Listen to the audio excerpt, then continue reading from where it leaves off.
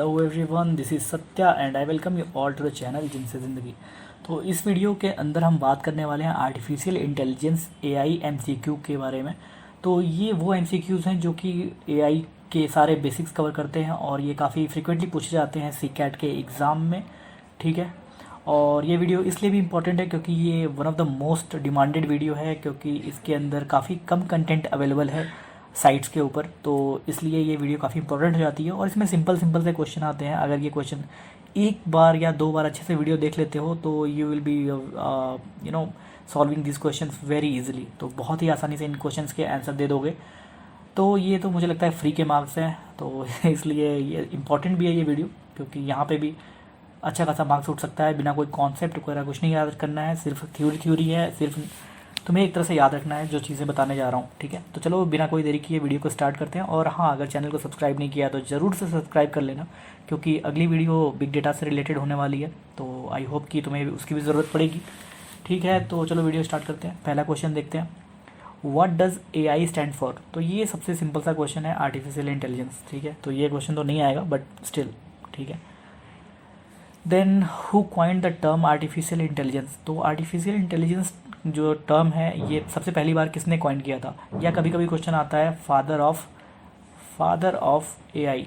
ठीक है, artificial intelligence के फादर कौन है, तो इन दोनों का ही आंसर सेम है, ऑप्शन बी जॉन मैककार्थी। ठीक है, तो ऑप्शन बी करेक्ट है। देन अगला क्वेश्चन देखते हैं, विच या what are components of AI system. तो एआई सिस्टम के कंपोनेंट क्या क्या होते हैं। तो देखो, एआई सिस्टम कोई भी होगा वो सेंसर्स के थ्रू, एक्चुएटर्स के थ्रू जो या रिफ्लेक्टर्स के थ्रू काम करता है। तो इसलिए सेंसर्स, इफेक्टर्स, ये सब जो है ये तुम्हारे एआई के कंपोनेंट्स हैं। ठीक है, और ये सब सीपीयू, रैम, डिस्क, ये सब नहीं है।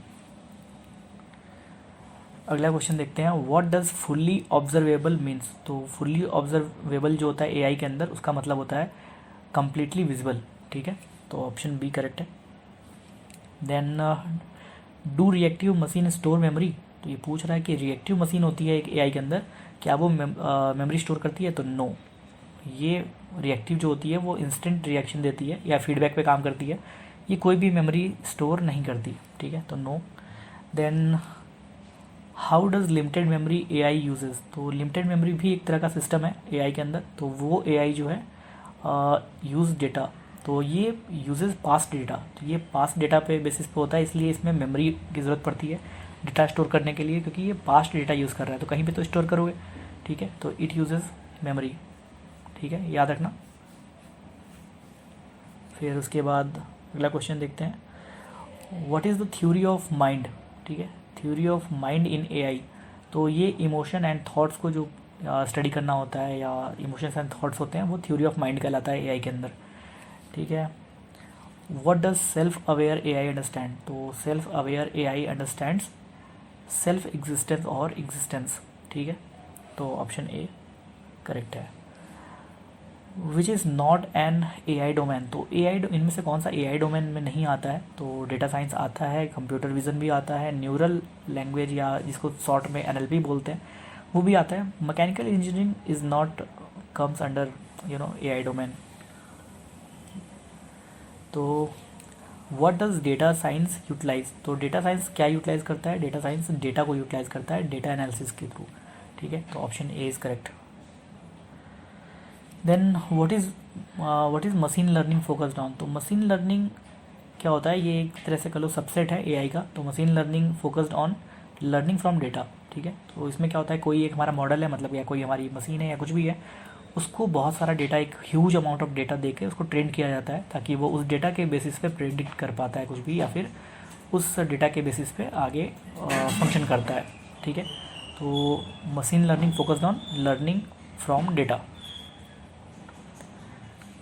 What does deep learning rely on. तो एक डीप लर्निंग ये तुम्हारा सबसेट है मशीन लर्निंग का। ठीक है, सबसेट ऑफ मशीन लर्निंग को एमएल भी बोलते हैं, मशीन लर्निंग।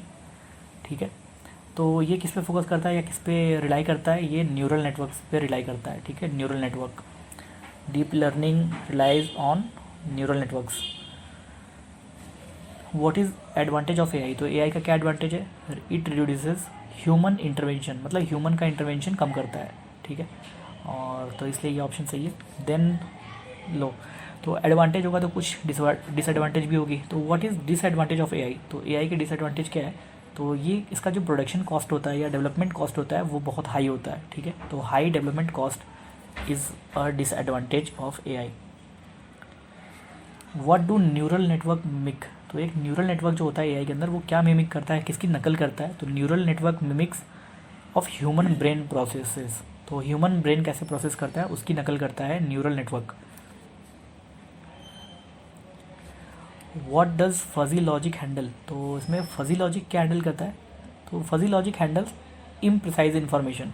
तो एज फजी का मतलब ये होता है कि इम्परफेक्शन, ठीक है। फजी मतलब नहीं कहते हैं कभी कभी कि ये तो बहुत फजी इसका बिहेवियर है, मतलब like not neat and clean, not perfect, ठीक है। इम्प्रिसाइज, तो वो इम्प्रिसाइज इन्फॉर्मेशन पे को हैंडल करता है fuzzy logic. What role did the first computer play in AI? तो जो फर्स्ट कंप्यूटर या फर्स्ट इलेक्ट्रॉनिक कंप्यूटर भी कभी कभी बोलते हैं, ठीक है, इलेक्ट्रॉनिक कंप्यूटर। तो what role did the first electronic computer play in AI? तो देखो इस कंप्यूटर के आने के बाद से ही जो एआई रिसर्च स्टार्ट हुई थी, तो इसलिए कह सकते हैं कि इनेबल्ड एआई रिसर्च, ठीक है। कभी कभी ये भी होता है AI research started. What game did IBM's deep blue play? तो IBM ने एक बनाया था एआई, अपना एआई मॉडल जिसका नाम था डीप ब्लू।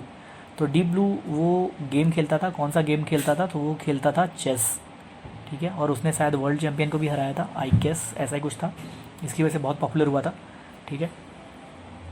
तो अगर वीडियो पसंद आ रही हो तो लाइक कर देना, और लाइक नहीं करोगे तो मेरी बद्दुआ लगेगी मजाक कर रहा हूँ, कुछ नहीं होगा, ठीक है। अगर वीडियो अच्छी लगे तो ज़रूर लाइक कर देना, क्योंकि थोड़ी मेहनत करनी पड़ती है मुझे, मैं अपना ऑफिस वर्क छोड़ के मैं तुम लोगों के लिए वीडियो बना रहा हूँ यहाँ पे, ठीक है। तो ओके, देन अगला क्वेश्चन देखते हैं। How did AI assist in the covid vaccine development? तो कोविड-19 वैक्सीन डेवलपमेंट में एआई ने कैसे असिस्ट किया? तो बाई आइडेंटिफाइंग वैक्सीन्स, तो आइडेंटिफाइंग वैक्सीन्स, ठीक है। What is current trend in AI? तो एआई के अंदर जो करेंट ट्रेंड क्या है? तो डेली लाइफ एप्लीकेशन। तो डेली लाइफ एप्लीकेशन क्या है? ये करेंट ट्रेंड है एआई के अंदर। ओके, देन अगला क्वेश्चन देखते हैं, ठीक है। Okay, then when was the term AI introduced? तो एआई टर्म कब इंट्रोड्यूस हुआ था? वो हुआ था 1951 में, ठीक है। तो 1951 में AI term first time introduce हुआ था। Then what type of AI is self driving car? तो सेल्फ ड्राइविंग कार किस तरह का एआई है? तो सेल्फ ड्राइविंग कार जो है वो लिमिटेड मेमोरी का एक एग्जांपल है, ठीक है, limited memory. What can an AI agent be? तो देखो एआई के अंदर एआई एजेंट क्या हो सकता है? तो एजेंट जो होता है ना वो ह्यूमन भी हो सकता है, मशीन भी हो सकता है। जनरली वैसे मशीन होता है, लेकिन समटाइम्स ह्यूमन भी कंसिडर करते हैं एज एन एजेंट। तो इसलिए इसमें जो है ए ऑप्शन करेक्ट है, ह्यूमन और मशीन, ठीक है। Which AI component involves scanning environments? तो इसमें से which AI component involves scanning environments? तो perception is the right answer, ठीक है। देन क्वेश्चन पूछ रहा है कि what is the environment in AI? तो एआई के अंदर इन्वायरमेंट क्या होता है, ठीक है। इन्वायरमेंट इन एआई, तो सराउंडिंग जो होती है, सराउंडिंग्स होती हैं, वो उसी को इन्वायरमेंट बोलते हैं। तो किसी भी मॉडल के जो आसपास हो रहा है, जो भी सराउंडिंग है, उसे उसका इन्वायरमेंट बोलते हैं, ठीक है। देन अगला क्वेश्चन देखते हैं। AI systems with no memory are called? तो मैंने अभी कुछ देर पहले बताया था कि जो रिएक्टिव एआई होता है, रिएक्टिव, वो नो मेमोरी पे होता है, उसके वो मेमोरी स्टोर नहीं करता। तो नो मेमोरी एआई क्या कहलाता है? और रिएक्टिव कहलाता है, ठीक है, reactive. Which AI can interact socially? तो विच एआई कैन इंटरेक्ट सोशली मतलब कौन सा ऐसा एआई है जो सोशली इंटरेक्ट कर सकता है लोगों के साथ? तो उसको बोलते हैं थ्योरी ऑफ माइंड, ठीक है, थ्योरी ऑफ माइंड, जो इमोशंस को और थॉट्स को मतलब स्टडी करता है, तो इसलिए थ्योरी ऑफ माइंड उसे बोलते हैं। Which AI type is still in development? तो जो थ्योरी ऑफ माइंड है वो काफ़ी एडवांस एआई है, इसलिए वो अभी भी स्टिल डेवलपमेंट में है, और थ्योरी ऑफ माइंड जो है, ठीक है, ओके, क्योंकि ये ह्यूमन इमोशंस को कॉपी कर रहा है, और जानते हो इमोशंस को कॉपी करना is not a easy task, that's why this one theory of mind is still under development, ठीक है, इन डेवलपमेंट। देन अगला क्वेश्चन देखते हैं, the final type of AI is expected to be. तो अभी तो डेवलपमेंट में है हमारा थ्योरी ऑफ माइंड, लेकिन फाइनल टाइप क्या है, मतलब हम क्या एक्सपेक्ट कर रहे हैं कि फाइनल टाइप क्या होगा। तो final type expected to be self aware, ठीक है, या final type of AI is expected to be, मतलब हम कोई एआई बना रहे हैं तो वो क्या एक्सपेक्टेशन से रखते हैं कि सेल्फ अवेयर हो, मतलब एग्जिस्टेंस से पता हो। सेल्फ अवेयर क्या क्या होता है, एग्जिस्टेंस। कौन सा एआई होता है सेल्फ अवेयर, जो उसको एग्जिस्टेंस पता हो, ठीक है। देन क्वेश्चन नंबर 30 देखते हैं, which AI type uses memory for decision. तो कौन सा एआई मेमोरी यूज़ करता है, तो लिमिटेड मेमोरी, क्योंकि वो लिमिटेड मेमोरी, रिएक्टिव तो कोई मेमोरी यूज़ नहीं करता, ठीक है। थ्योरी ऑफ माइंड और ये सेल्फ अवेयर तो डिफरेंट चीज़ें हैं। तो लिमिटेड मेमोरी में क्या होता है, पास्ट डेटा के बेसिस पे होता है, पास्ट डेटा। तो पास्ट डेटा को स्टोर करने के लिए मेमोरी यूज़ होती है, ठीक है। Then question number 31, a type of AI that can predict behaviour, ठीक है। बिहेवियर कौन सा एआई प्रेडिक्ट कर सकता है, तो थ्योरी ऑफ माइंड, क्योंकि वो क्या इमोशंस पे और थॉट्स पे वर्क करता है, राइट। तो थ्योरी ऑफ माइंड क्या कर सकता है, वो प्रेडिक्ट कर सकता है बिहेवियर को। ओके, तो ये थे कुछ क्वेश्चंस एआई के, ठीक है, जो बहुत ही इंपॉर्टेंट है। इनमें से क्वेश्चन तुम्हारे सीकेट के एग्ज़ाम में ज़रूर आएगा, और अगर आता है क्वेश्चन या जो भी मेरे बाकी की वीडियोस पड़ी हुई हैं इस चैनल के ऊपर, वो भी जाकर देख लेना। मैंने ऑपरेटिंग सिस्टम के ऊपर वीडियो बनाई है, और सी के ऊपर भी मैंने एमसीक्यू अपलोड किए हुए हैं, ठीक है। और मैंने डेटा कम्युनिकेशन डीसीएन के ऊपर भी एमसीक्यू अपलोड किए हैं। तो ये सारे ही सब्जेक्ट के मैंने अपलोड किए हुए हैं, ठीक है।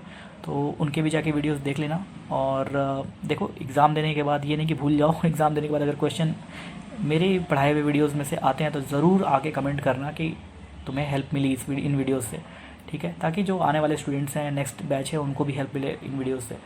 तो ठीक है, आज की वीडियो में बस इतना ही। Don't forget to like the video, and if you are new to the channel तो चैनल को सब्सक्राइब कर लेना, ताकि और बेल आइकन ज़रूर दबा लेना, क्योंकि अगली वीडियो शायद बिग डेटा के ऊपर भी हो सकती है, तो मैं जल्दी अपलोड करने की कोशिश करूँगा। तो thanks for watching this video, and best of luck for exams, and हंसते रहो, मुस्कुराते रहो। फिर मिलेंगे अगली वीडियो में, तब तक के लिए बाय बाय।